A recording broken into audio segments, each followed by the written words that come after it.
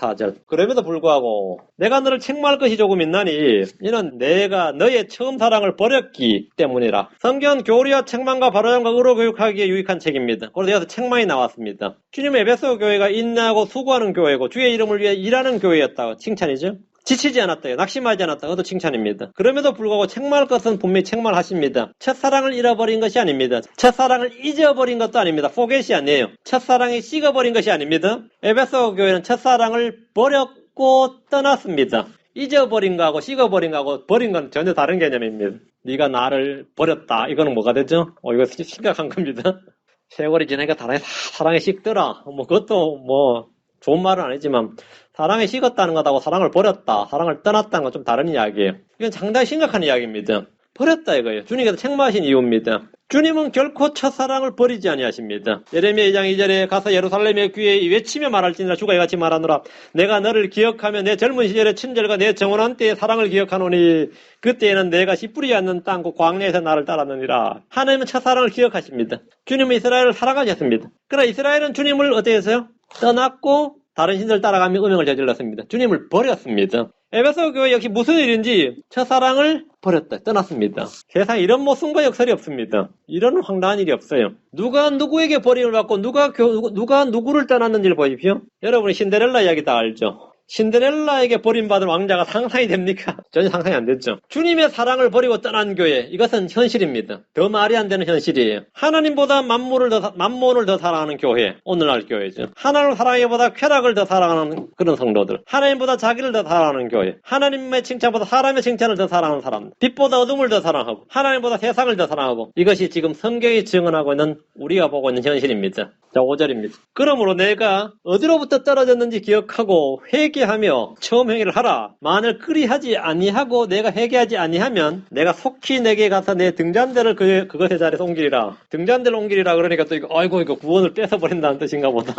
또 이렇게 이해하시는 분들이 있어요. 전혀 그 이야기 아니니까 잘 보세요. 주님은 에베소 교회에게 내가 어디로부터 떨어졌는지 기억하고 회개하라 이렇게 하셨습니다. 에베소 교회는 사랑보다 일, 수고, 행위가 앞선 교회였습니다. 그 자체가 나쁜 건 아니에요. 일해야죠. 그들은 악을 분별하고 거짓을 시험하며 용납하지 않았고 주님을 위해 일했고 기꺼이 고난을 받았고 지치지 않고 낙심하지 않았습니다. 그럼에도 사랑을 버리고 떠나서 일을 하는 그들에게 다시 처음 사랑을 가지도록 말씀하셨습니다. 성도들 중에서 너무나 열심히 주를 섬기고 교회를 하면서 정작 주의 말씀에 대한 흥분과 경이로움과 기도를 하면서 주님과의 은밀한 친교, 예배가 너무 짧게 느껴지고 성경 공부가 기다려지는 그런 체험이 옛날 옛적의 추억이고 기억 재편 한 곳에 있다면 여러분이 처음 사랑에서 지금 많이 떠난 겁니다. 여러분이 어느덧 이제는 짬밥이 있어가지고 말이죠.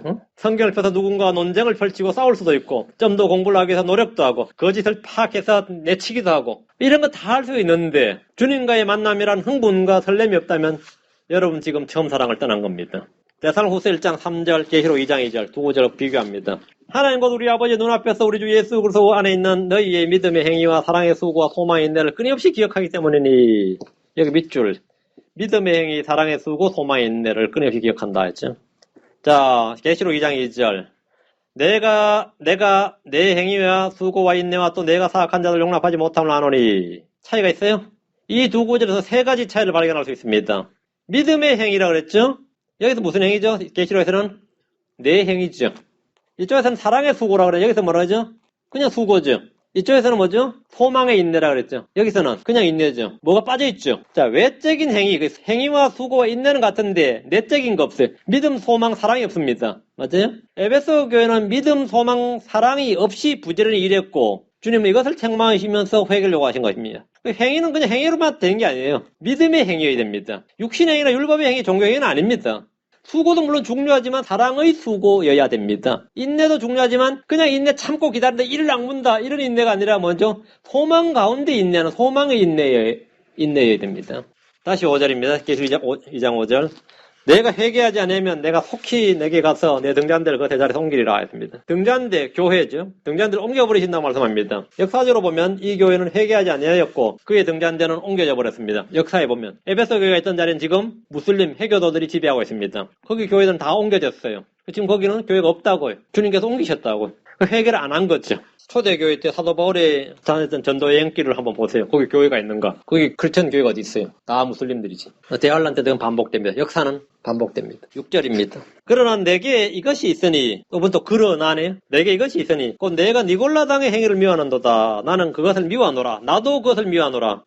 주님도 미워하시는 게 있습니다. 뭐죠? 니골라당의 행위를 미워한다 이거야. 나도 미워한다 이거. 에베소 교회는 니골라당의 행위를 미워하는 교회였는데 주님 역시 그것을 미워하셨습니다. 내가 그것을 미워하노라. 주님은 모든 성도들이 서로 형제요, 지체임을 분명히 말씀하셨음에도 불구하고 교회 내에는 구약의 유대교와 당시 이교도들의 성직자 계급 체계가 침투했습니다. 니골라당이란 제사장 체계, 성직자 체계, 종교 체계를 말합니다. 계급 체계입니다. 신약교회가 구약 율법을 따라 대제사장, 레위제사장 체계를 따르는 것을 성경제로 여긴다면 이는 거짓교리입니다. 구약의 율법 체계는 신약의 교회에 적용되지 않습니다. 목사는 레위지파의 제사장이 아니에요.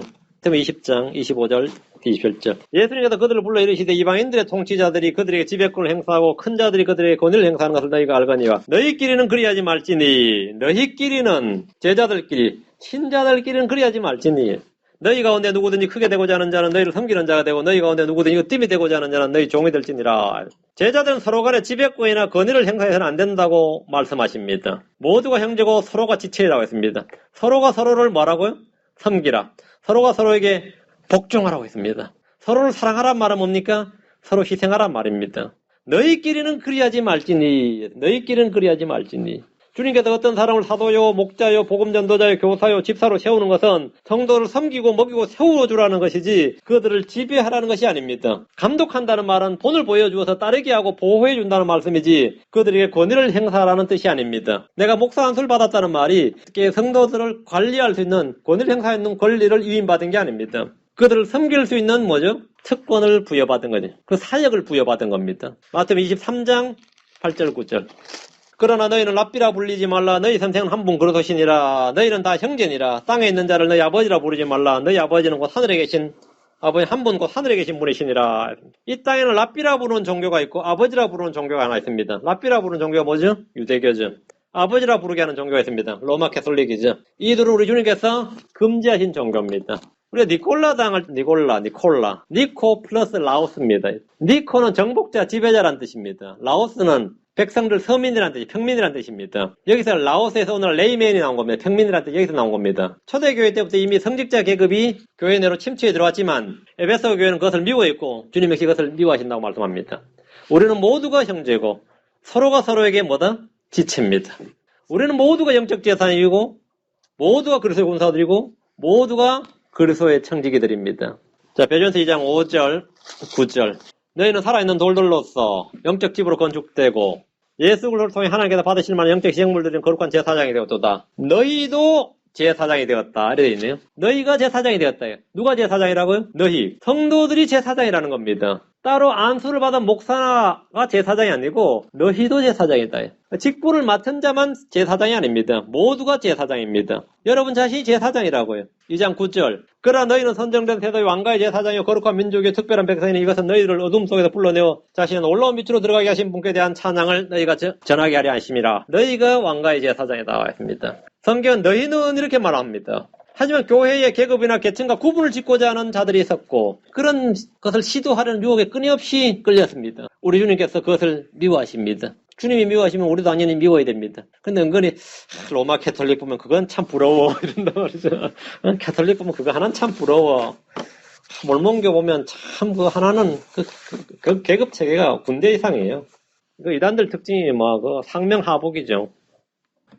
목사님하고 껌뻑 죽어도 문제가 많고 또 그렇다고 그렇게 해서 문제가 많은데 교리를 정확히 알아둬야 됩니다. 정확히 알아둬야 서로가. 그걸 알아둬야지 문제가 안 돼요. 알아두지 않으면 뭐가 되는 거죠? 문제가 터져요. 반드시 터집니다. 반드시 터져요.